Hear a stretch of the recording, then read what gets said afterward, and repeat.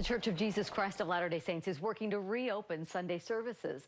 The First Presidency is sending out those guidelines today. News specialist Mike Anderson joins us live. And Mike, while it may seem like we're in uncharted waters, the church has actually had experience with this before. Yeah, our whole nation, of course, had to navigate the pandemic of 1918, 1919. And while there's not a direct one-to-one comparison, there are changes that happened back then that are still around today.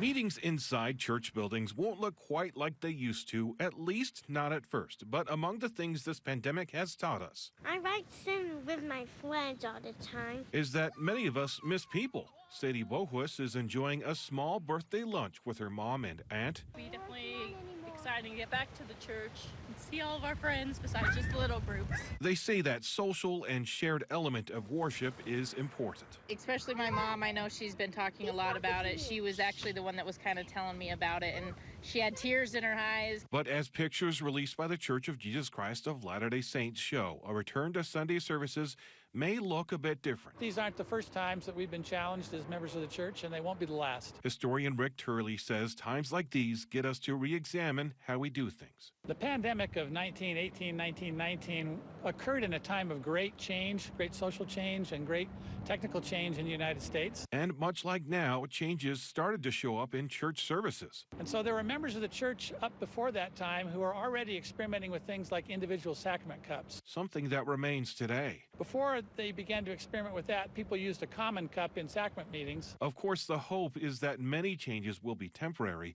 but as advances are made to reduce the spread. We're not certain what future discoveries will bring, but they may change the way that we interact with one another in a church format as well.